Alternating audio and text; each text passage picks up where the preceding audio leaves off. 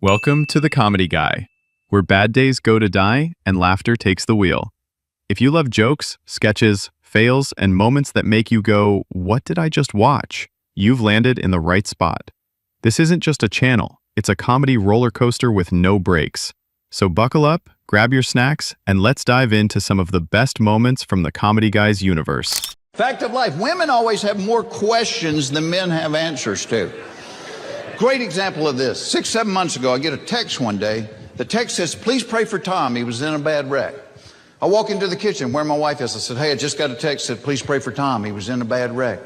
She said, "Was he driving?" I said, "I don't know. I just got a text that said, please pray for Tom. He was in a bad wreck." "Were Carol and the kids in the car with him?" "I don't know. I just got a text that said, please pray for Tom. He was in a bad wreck." "Were the people in the other car hurt?" "I don't know. I just got a text that said, please pray for Tom. He was in a bad wreck." "What hospital did they take him to?" "I don't know. I just got a text that said, please pray for Tom. He was in a bad wreck." She said, "Well, you don't know anything. What do you know?" "I know you need to pray for Tom. I just got a text that said he was in a bad wreck." Look, it's so weird to get mad at a comedian for what we say. It's actually the weirdest. Do you know why? We're joking. We made the whole thing up, okay? We didn't mean it. But this is the best part about that to me. You paid us to say it. Do you know how fucked up that is? Here's how you really realize how fucked up it is. Imagine it all sped up. Like, it usually takes time to get offended at a comedian at his show. You buy the ticket a month in advance and you're like, "Oh, I can't wait to see you." Then you watch a show. During the whole show, you're just, ha, ha, ha, ha, ha, you know? And then they say one thing and you're like, "I don't know about that one part, but Then you leave, you're in a good mood. And you get home, fall asleep, you wake up the next day and you're like, "That one thing bothers me," blog, right? That's how it happens. But imagine it all sped up. Imagine you could walk up to a comedian and you're like, "Hey, comedian, I'd like for you to say something. Here's some of my money for you to say it." And then the comedian's like, "Okay, blah, blah." And then you're like, "You know what? Go fuck yourself." Like, Men and women don't even look at marriage the same way. When women talk about marriage, it's a happy occasion. I'm getting married, I got my ring, I got my colors picked out, I got 4 of my fat friends to stand next to me. It's gonna be a beautiful day. No, their dress is ugly, mine is pretty. But it's not the same for the men. When men talk about marriage with our friends, it sounds like something you get diagnosed with. "Did you hear what happened to Charles?" "No, what? He's getting married." "No, I just seen him last week."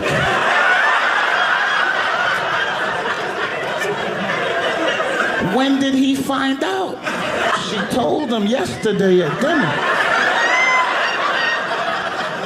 "Is there anything that we could do for him?" "No, the invitations already went out. There's nothing we can do." Having fun is a very difficult job. The reason why I say that is because kids don't know how to shut fun off. Kids think fun lasts forever. I'm gonna tell you the scariest shit in the world for a man to see after a long day at work. Long day at work, you get home, you put your key in the door, you open up that door real slow. Scariest shit in the world for a man to see is that baby with all that energy on the other side. "Oh yeah! Daddy home, it's time to play. I wanna play, Daddy. I've been taking naps with mommy all day. I wanna play that game when you try to close your eyelids and I keep opening them back up. Oh yeah!" And you will never see an Indian person committing a crazy crime. Like, when was the last time you heard of Indians robbing a bank? Look, everybody, "Oh, I can't remember, bro." Because it doesn't happen. First of all, Indian people are so nice and they're so sweet. I can't see it. You know, you're gonna rob a bank, you need authority. You need to come in there guns blazing. "I said, get your ass on the ground now!" I can't imagine. "Would you please take the money?" Why are you laughing? I am talking to you. Forget this. I'm out of here. I don't need this. He gets in the car. His partner's waiting for him. "Did you get the money?" "They would not give me the money." "Did you show them the gun?" "I showed them the gun." We better leave. They're going to call the police. They're still laughing. Where did you get the computer? They thought I was tech support. So I asked my dad, how do you stay married that long? My dad looks at me and goes, that's simple, son. Never say the first or second thing that pops into your head. You always say the third. I go, what's that mean? He goes, well, the first thing, you will get a divorce. The second thing, you on the couch. But the third thing, happily ever after. I'm 6 years in, I don't get it. Till about a month ago, me and my wife are driving to Vegas. She packs a cooler of food for our 2-year-old daughter. My wife opens up the cooler and goes, oh my God, the food all melted. I look in the cooler and notice she didn't put any ice in it. I manned up though, you know, hey baby, you didn't put any ice in the cooler. My wife looks at me and goes, you don't need to put ice in a cooler. It's a cooler, duh.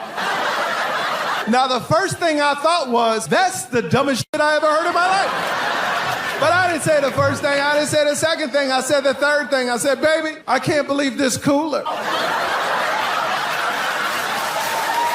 is broken. I can't wait to have a kid. I'm very excited. I don't think it's very hard at all. No, because all my friends are having them, and their complaints, they don't bother me very much. All their complaints are the same. They're like, bro, it cries. And I'm like, oh, man, go in the other room. Yeah, everything cries, you know? You try to make it stop, and then you leave. I cry all the time. Eventually, my friend's like, yo, dude, I got to go to work. I don't know, fucking figure it out, get offline. So that, they say it cries, and the other complaint is they're like, yo, it like shits all the time. And that doesn't really bother me either because, like, you know, so do I. You know, so I don't mind cleaning it up at, like, a smaller scale, you know? Plus, when you clean kids, sometimes you see spots that, like, you might have missed on yourself, you know? Yeah. You know, you're like, wow, I've never seen my asshole from this angle before. You're like, I will dab that corner when I hop out the shower. You hop out the shower, you're like, son of a bitch. My girl asked me, she was like, babe, what's your love language? I'm like, what? She's like, you know, your love language, like how do you convey love to your partners and loved ones? Like, for example, a love language could be words of affirmation. I'm like, words of affirmation? I was raised by Asian parents. I've never heard one word of affirmation in my life. Nobody ever told me, Jimmy, you're so great, you can do it. They're like, don't f it up. Their love language was verbal abuse.